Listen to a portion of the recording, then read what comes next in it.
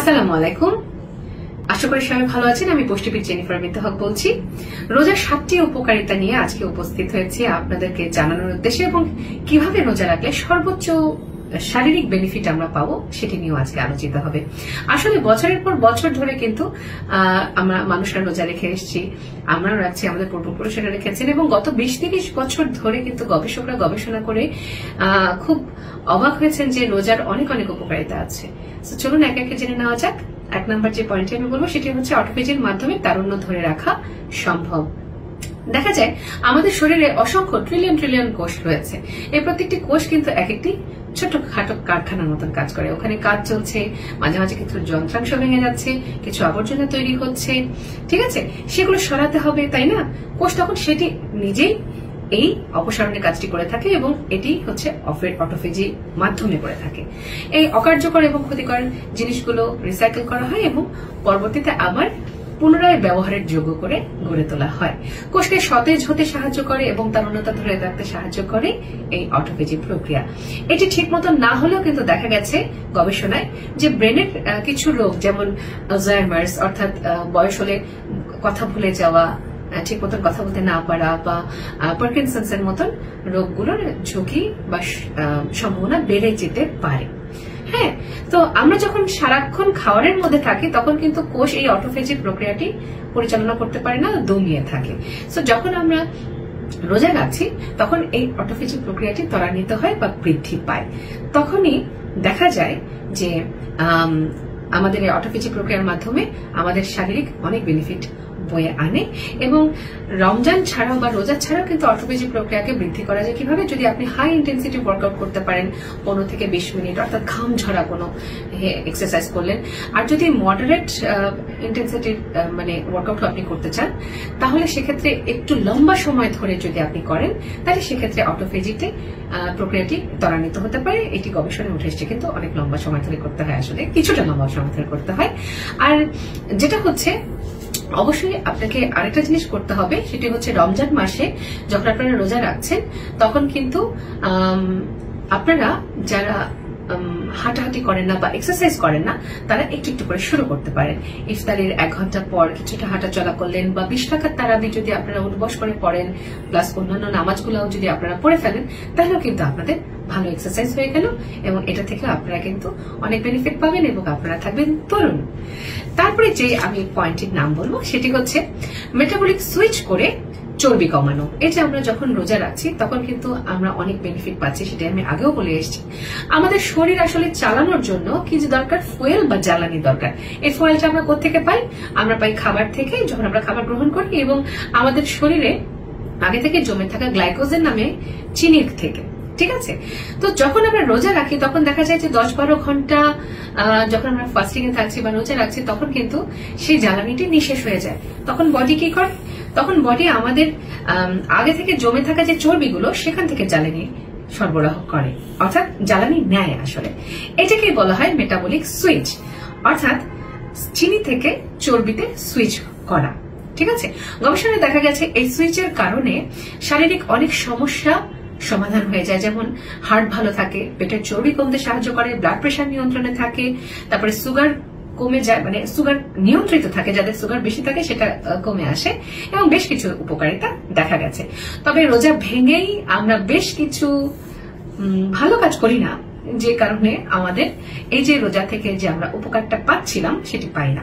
সেটা হচ্ছে আমরা অত্যন্ত ভাজা ভুনা দিয়ে আমরা আমাদের ইফতারটা সারি এবং সারাদিন আমরা রোজা রাখার পরে যেখানে হেলদি খাবার খাওয়ার কথা সেখানে ভাজা পোড়া এবং ট্রান্সফ্যাটযুক্ত খাবার খাওয়ার কারণে দেখা যায় সেগুলো আমাদের হার্টের অপকার করছে, তারপরে অন্যান্য অর্গানগুলোকে ক্ষতি সাধিত করছে। 2020 সালের গবেষণায় দেখা গেছে যে রেস্টুরেন্ট এবং বিভিন্ন ধরনের বেকারিতে যে সমস্ত খাবার তৈরি হয় সেখানে ডালডা যে ইউজ করা হয় সেখানে 92% তার বেশি পরিমাণ স্যাচুরেটেড ফ্যাট থাকে, যা হৃদরোগ এবং হার্ট অ্যাটাকের সাথে সম্পর্কিত।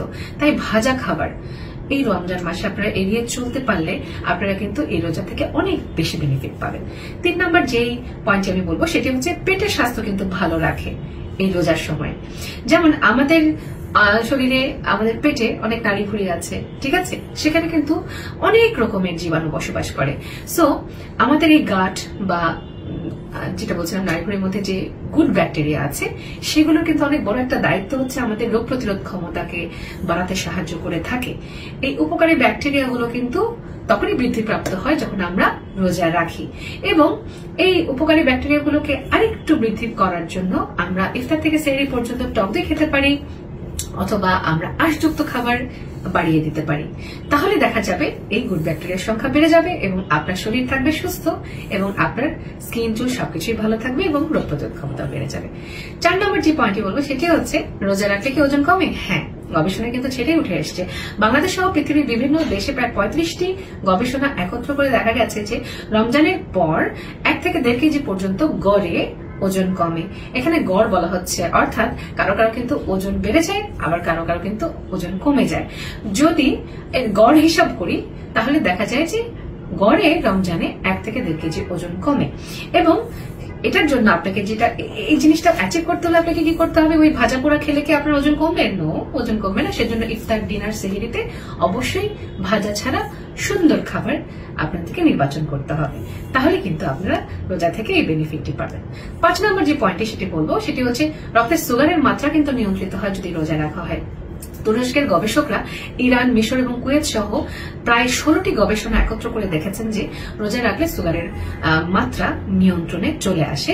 এবং ইন্দোনেশিয়াতে প্রায় 88টি গবেষণা একত্র করে দেখা গেছে ওই রোজা রাখলে যাদের ডায়াবেটিস আনকন্ট্রোল আছে তাদেরটা সুন্দর কন্ট্রোলে চলে আসে। তবে সেক্ষেত্রে যাদের ডায়াবেটিস আছে তাদেরকে আমরা বলে থাকি আপনার ওষুধ যদি চলে বা ইনসুলিনে যদি থাকেন অবশ্যই ডক্টরের পরামর্শ মতে এই জিনিসগুলোকে কিন্তু রমজান মাসে অ্যাডজাস্ট করে নিতে হবে। এবং খাবারের ক্ষেত্রে আপনারা রিফাইন্ড কার্বোহাইড্রেটকে একটু অ্যাভয়েড করবেন, অর্থাৎ ময়দা, অতিরিক্ত বেসনের তৈরি খাবারগুলোকে বাদ দিয়ে যদি আপনারা লাল চাল, লাল আটার রুটি নিতে পারেন, তারপরে হচ্ছে ওটস রাখতে পারেন, কমপ্লেক্স কার্বোহাইড্রেট আঁশযুক্ত খাবার খেতে পারেন, তাহলে ভাজা পোড়া থেকে যদি সরে আসতে পারেন তাহলে এই রমজান থেকে কিন্তু আপনারা অনেক বেনিফিট পাবেন। তারপরে যে পয়েন্টটির নাম বলবো সেটি হচ্ছে রোজা রাখলে আমাদের কোলেস্ট্রল লেভেল নিয়ন্ত্রিত হয়। হ্যাঁ, আমাদের শরীরে যে চর্বি আছে কোলেস্ট্রল, সেটি বেশি পরিমাণে থাকলে কিন্তু আবার দেখা যায় সেটি রক্তনালীতে জমাট বেঁধে সরু করে ফেলে এবং হার্টের সমস্যা এবং প্রেশার বেড়ে যাওয়া, ইভেন তো স্ট্রোক হতে পারে। তো দেখা গেছে আরব আমিরাত সহ বাহরাইন এবং সৌদি আরবে মোট 91টি গবেষণায় দেখা গেছে একত্র করে যে রমজান মাসে কোলেস্ট্রল লেভেল কিন্তু নিয়ন্ত্রণে চলে আসে। এবং বাংলাদেশ থেকেও কিন্তু 3টি গবেষণাপত্র গেছে। সো দেখা গেছে যে রমজান মাসে যদি আপনি ভাজা ভুনা এড়িয়ে চলেন এবং সুন্দর খাবার খান, সহজে পরিপাকযোগ্য খাবার খান, আঁশযুক্ত খাবার খান, ফলমূল খান, তাহলে কিন্তু আপনার রমজান মাসে আপনি সুন্দর মতন রোজা রেখে কোলেস্ট্রল লেভেল নিয়ন্ত্রণে রাখতে পারবেন। এবং আনস্যাচুরেটেড ফ্যাট গ্রহণের পরিমাণ একটু বাড়িয়ে দিতে পারেন। যেমন আনস্যাচুরেটেড ফ্যাট কোথায় রয়েছে? বাদামে রয়েছে, যেমন আপনার কাজু বাদাম, কাঠবাদাম, আখরোট, চীনাবাদাম যে কোনোখানে আপনি পাবেন। বীজ জাতীয় খাবার যেমন মিষ্টি কুমড়ার বীজ বা তিসির বীজ, তারপর তৈলাক্ত মাছ, ইলিশ, কই, চাপিলা মাছ, অলিভ অয়েল ইউজ করতে পারেন। তো এগুলোর মাধ্যমে কিন্তু আপনি আসলে ব্যাড কোলেস্ট্রলকে কমিয়ে আনতে পারেন। এই রমজান মাসে আপনি কিন্তু এই জিনিসটা ট্রাই করে দেখতে পারেন। এবং সর্বশেষে যে পয়েন্টটি আমি বলবো 7 নম্বর পয়েন্ট, সেটা হচ্ছে রোজা রাখলে কিন্তু ব্লাড প্রেশার নিয়ন্ত্রণে চলে আসে। দেখা গেছে 2019 সালে লন্ডনে 5টি মসজিদে গবেষণা করা হয়, এর নাম লন্ডন রামাদান স্টাডি। রমজানের আগে এবং পরে পেশেন্টদের বা মানুষদের প্রেশার মাপা হয়েছে এবং দেখা গেছে যে অনেকটা পরিবর্তন এসছে প্রেশারে।